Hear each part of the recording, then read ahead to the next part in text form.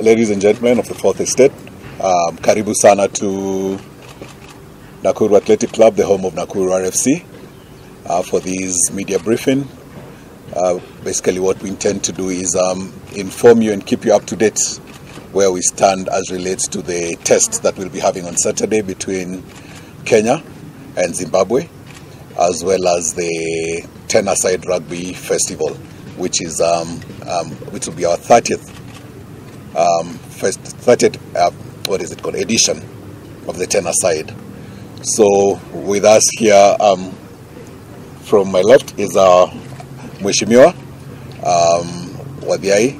He's a great fan of our team, and next to him is Moseti, who's our secretary, and then we have our Minister for Sports, Nakuru County, and then we have now the big boys. Now we have Carlos is our assistant coach for the Kenya team, and then we have Joe Jambua, who's our captain for the Kenya team.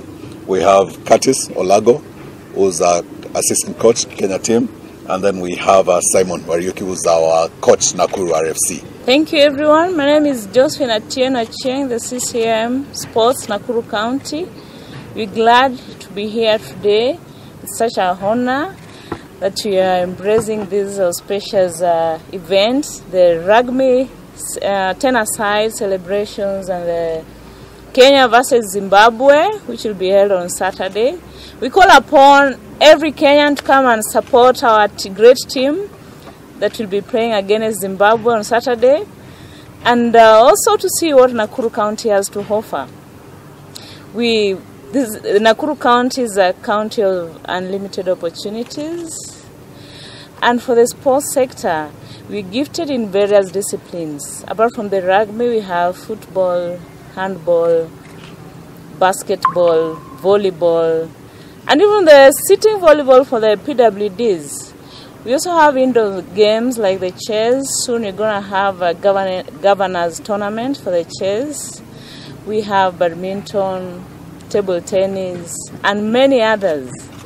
And apart from the visitors who are coming over to cheer our great team for the rugby, we also guaranteed to tour around. We have various tourist sites within Nakuru County, and we welcome each and everyone. Okay, my name is Carlos Kajwa, an assistant coach to the Kenya Simba team.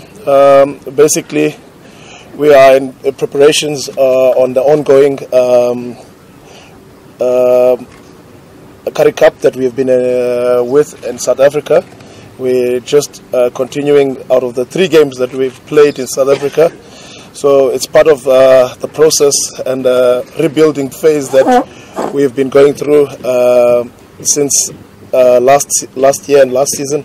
So we're just continuing where we left off. We had a very busy schedule down in SA. Very hard, but a very good learning curve for the boys and also us as the technical team.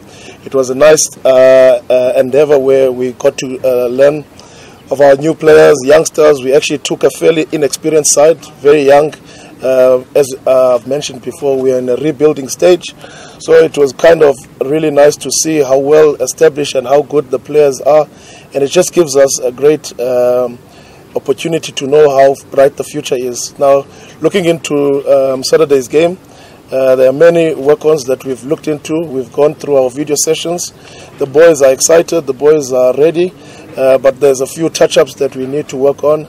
But yeah, it's a good experience and it's a good exposure for the boys. I'll just reiterate on what my colleague Carlos has said. I mean, we've worked hard to be here. We've picked quite a new team. This one is geared mostly to the World Cup that will coming in 2027. It's a lot of hard work to do, but we're up to it. So I believe that we are going to play a good game against Zimbabwe. I mean, the boys are up to it, and I believe it's all going to be good. My name is George Mboa, Captain Kenya Simbas. First of all, I'd like to take this opportunity to urge all the fans, all the Nakuru fans, to turn out for the big game on Saturday, Kenya against Zimbabwe. That's a part of the Currie Cup challenge that we are playing, the league that started in April. We still have 2 matches we have 3 matches in Kenya, 1 in Nakuru, 2 in Nairobi later on. For the Currie Cup challenge, as coach had said, is a build-up. It's a build-up. We are rebuilding from the team that took Kenya to the repechage last year. So it's a team mixed of young players and a few senior players. Currie Cup challenge is a quite different league compared to the local league that we play at home. It's a high-intensity game, and the tempo is quite high compared to what we've been doing at home. And I'm glad because we've been learning from game 1 to the last game that we played last weekend against Namibia. The graph is going up. Each and every players now understand their primary role in the pitch, and they know what they know what they expected to do. Against Namibia, it was a game of 2 halves. If you could have watched the game, first half Kenya was down 21-7. Then around 76th minute, Kenya, it was 28-28. There was a comeback in the second half for Kenya, and it was a good exposure. It was a good game, though we lost it at the last minute to Namibia. But there was a lot of positive in that game. We are prepared for the game because we know the way Zimbabwe plays is a good side. We can't ignore anything that Zimbabwe will bring to the table, because we've been meeting in the different stages and the scores were quite tight. Last time we played Zimbabwe, it was here in Nakuru. That was 2021, and the Kenya won with a big margin. But last year we also met Zimbabwe in South Africa for the Currie Cup challenge, where they won 2019 against Kenya. When was the last time you beat them? Last time we played, it was 2021 in Nakuru here. Any injuries? No injuries. So this is our 30th edition of the Great Rift Tenor-side, and we have been on a break. The last edition was before COVID, and then thereafter we had a couple of challenges as to the hosting of the same because of the financial implications. But we are very thankful to the county government through the governor, Her Excellency Susan, and the CEC. They came through for us, and actually they're the ones who are footing all the bills for this particular tournament, because as a club we really do not have a wide array of enterprise to bring in money. Actually, our products are this tenor-side tournament and the Prince Lou tournament that will be held in the second week of August. As relates to the teams that have confirmed so far, we have 8 teams, mainly from the Kenya Cup sides and nationwide sides in the country. We have KCB, we have our own team, Nakuru RFC. We have we also have Mean Machine, and I think about 5 other teams that we're waiting for more confirmations moving forward. We also are looking at spreading the matches through to Sunday. Reason being, when you have a test match going on, we cannot use that particular pitch until the team plays.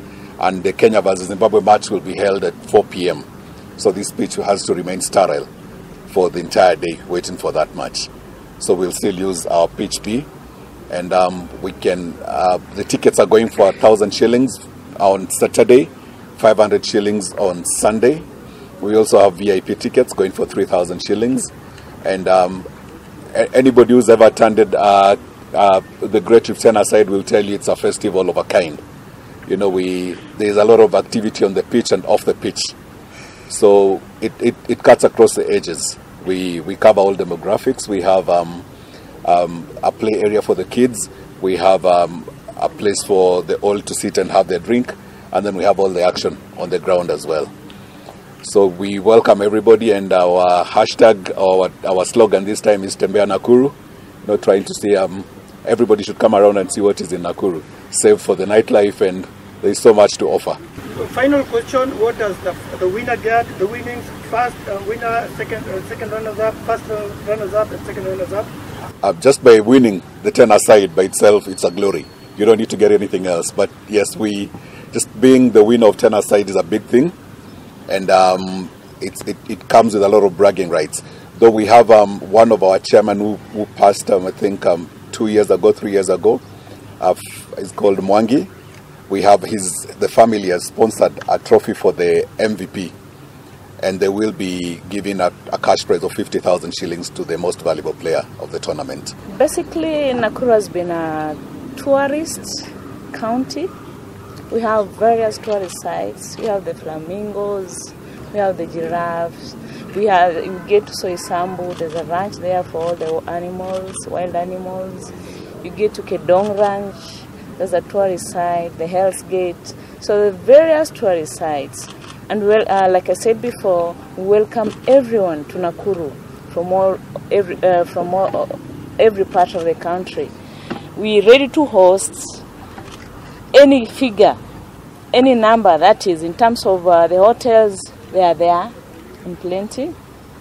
I don't think that will be a challenge for us. So like I said before, we like to welcome everyone to Nakuru County, given that Nakuru County is a county of unlimited opportunities. We have various tourist sites. We have Kedong Ranch with wild animals. We have Zimbambwe. We have Hell's Gate, wherever. Lake Nakuru, the flamingos are all over. So everyone is welcome to Nakuru. And in terms of hospitality, there are quite a number of hotels, quite a number of lodges. We don't think that will be a challenge for us to host visitors in Nakuru County. So welcome all. We're anticipating to host around 5,000 guests. Security, the county government of Nakuru is endowed with the enforcement team. We also have the Kenya police around and the APs. I don't think that should be a challenge for Nakuru County as at now. And Nakuru County has hosted this before, isn't it? We've done it before, so this is not the first time we're going to do it. So we are equal to the task.